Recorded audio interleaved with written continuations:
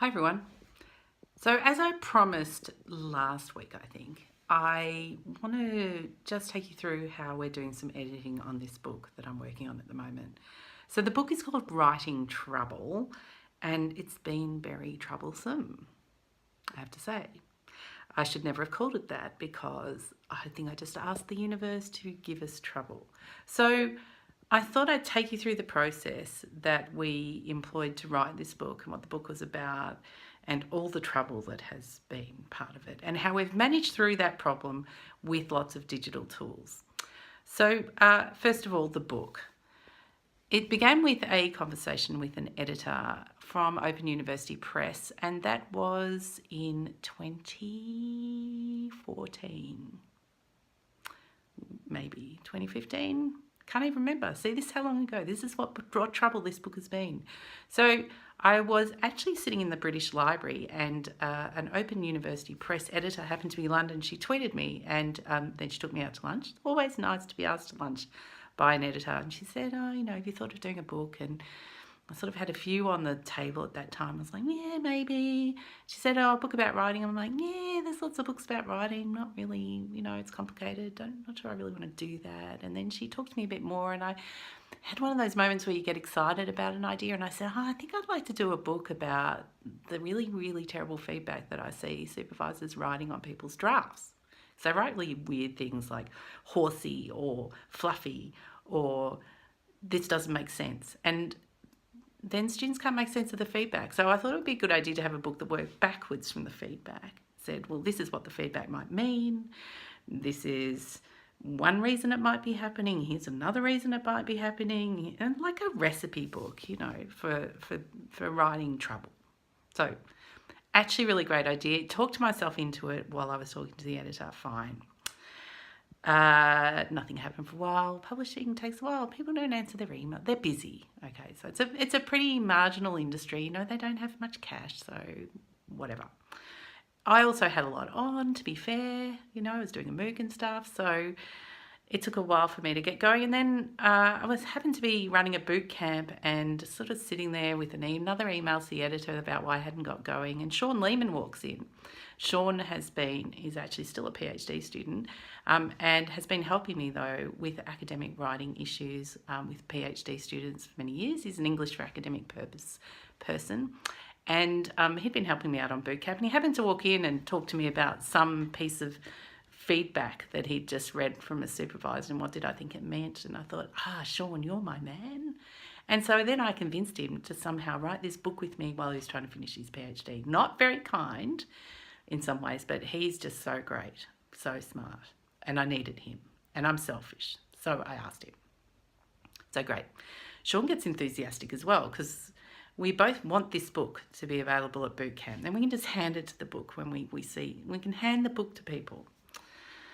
So what did we do next? So we got together, we had a few lunches at my place. I like to have lunch with people. It's nice, and we scribbled a few things, and then we got into a Google document, and we lost our editor. She went off to pastures new. So Open University Press have been great through this process, I have to say. They assigned us a new editor, and the new editor was like, how can I make this book more marketable for international students, blah, blah, blah. And then we got a bit stroppy, and then we had a few more conversations. And then actually, Monica, thanks, you had lots of really good suggestions, even if it kind of was annoying. So we actually redid the proposal, and finally the book got green-lighted. Everybody's happy. We sit down to start to write it. Sean and I are very busy. He's doing his PhD. Did I mention I've got a lot on? And it kind of sat there and started to gather book guilt. And Monica didn't hassle me too much because she knew she'd made me change lots of things. So anyway, hadn't even given a delivery date, had signed the contract with the understanding that it might change.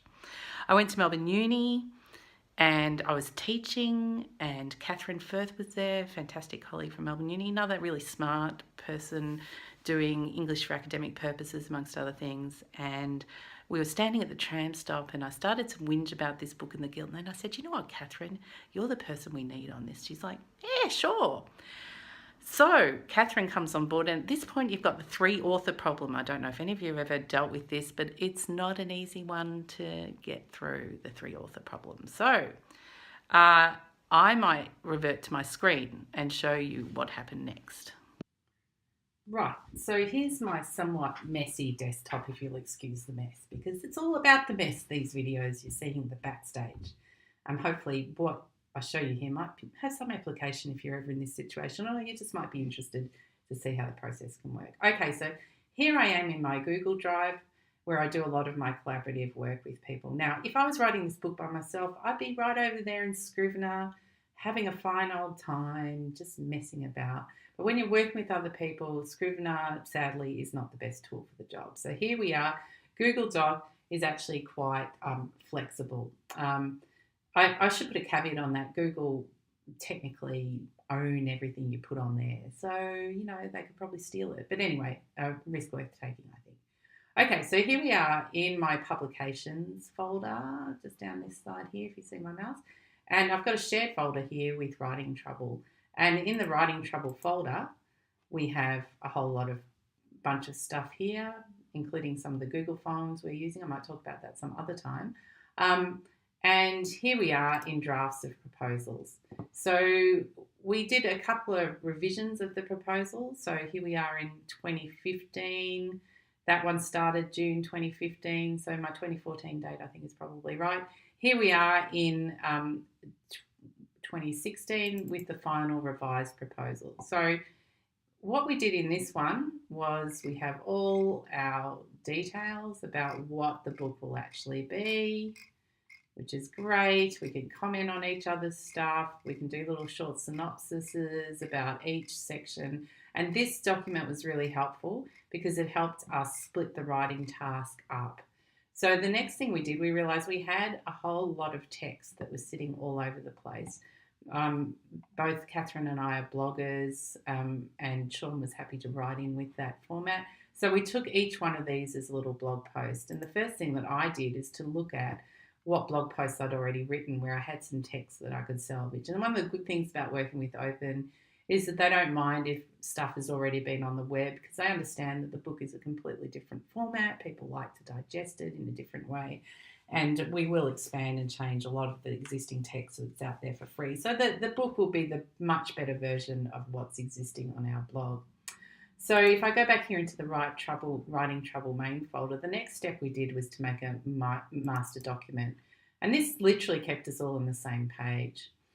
We started colour coding at this point about which sections we decided to write.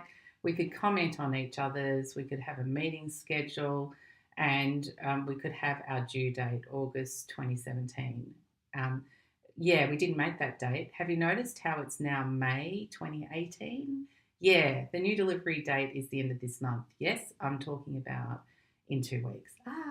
Anyway, here we are. I'm doing a video, whatever. So we've got most of our proposal there, and you can see here that we've highlighted each author. What we've done then is actually cut and paste some text, and you can see here there's links, and we use these links we linked in other documents, right? So there are other Google documents, and they're just like crappy, slap the text on the page, what did you already have? And in that one, I probably haven't even got any text. That's how crappy it was. Sometimes it was just a placeholder. Sometimes it had text in it. But it was a good way to actually organise our text. And at this point, you'll see we've got copied to Dropbox. At a certain point, Google just wasn't going to give us all we need. We couldn't do, revisions. We couldn't do reviews. But we still needed a shared space so that we are still literally on the same page, because version control in a project like this, as you can see, all the little pieces, version control would be an absolute nightmare. So we didn't want to go there. So that's when we switched to using Dropbox. Let me show you what Dropbox looks like. So in Dropbox now, sorry, should have rehearsed this a bit. You don't mind, do you? In Dropbox, we've got a similar thing, a shared file. And in Dropbox here, we cut and paste all our sections, all our little sort of blog post style. And what the important thing to making this work is we replicated again our master document with our table of contents, which you can see here. And Catherine did this, which is really great. And these all link through to the various images here. So this is like a replication of our Google document. But the really important innovation in here has been the use of this editing schedule. So what we have here is a sort of an overview of everything that's happening, like a kind of like a train schedule, I suppose, for our editing. Because what we wanted to do was do a pass of editing. So firstly, I would dump all my crappy text in there. Catherine dumped hers, Sean dumped his, and then we were editing each other. So Catherine was editing me, and then I was editing Sean and Catherine. And the reason that that happened was that Sean then encountered some difficulties. Did I mention he's doing his PhD? Yeah. And it's kind of due. So it wasn't really due to be built into this schedule, but since we're running so late, I took over Sean's editing and Catherine took on the responsibility of doing the whole book.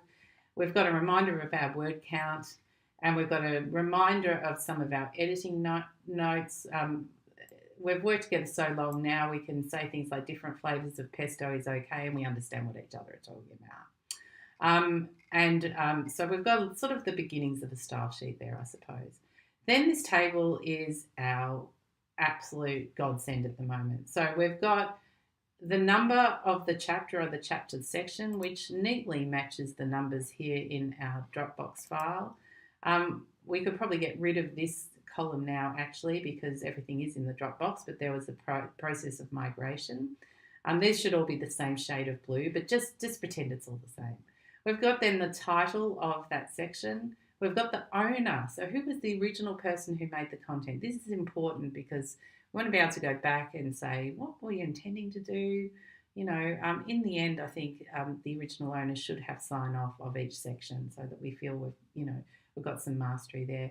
And then we've just got a status. And we could have left everything in this status line, but some of them got very long. But we're just keeping track of the times and dates that we edited and the next step. So this is the final step that Catherine's at when she's finished. We want to see everything at the copy edit stage. That's meaning that it's pretty much structurally sound and it just needs to be checked. And then we've got sort of sections here that we can do. So going down here, you can see when something's green, it's still way back into the previous section. When something's yellow, it still needs to be complete. Did I mention Sean's doing his thesis? Yeah, it's hard for him to get stuff done. And then, so we've got different versions of colours of things, and then we can also make comments down the side. So here, for instance, I had to apologise to, here is where I tried to follow what Sean and Catherine had done. So Catherine wrote one, Sean did some editing, and then I came in and I tried to sort of fix it. We probably didn't need fixing, and I think I totally screwed it up. So that's my little apology there. So anyway, this has been a really good way to keep on track. The final plans for putting this together, I might switch back to talking to camera. Not much more to add to that, really, other than book is due really soon. There is a mailing list if you're interested. It's up on the blog under my books section. You can click through and you can register your interest. There's actually 1,400 people on that list, which is fantastic, and we'll get those people a discount voucher, and might even share this video with them after you've had fun with it, because you get the videos first, because you've chucked in $1 a month, and I cannot tell you what a difference it makes to me. It's actually a tiny amount of money when you push it all together, but just shows that you're interested enough, and that is enough for me. I'm so other motivated. I would never have been mucking around with videos every week if someone hadn't been watching. So thank you so much for watching, and I will see you with something else next week, hopefully mildly interesting. Anyway, drop me a line if there's anything you want to see in particular. Always happy to show you some of my tips and techniques. That was the original idea anyway. Still finding out what it is I really want a video about, but thank you for listening. See you next week.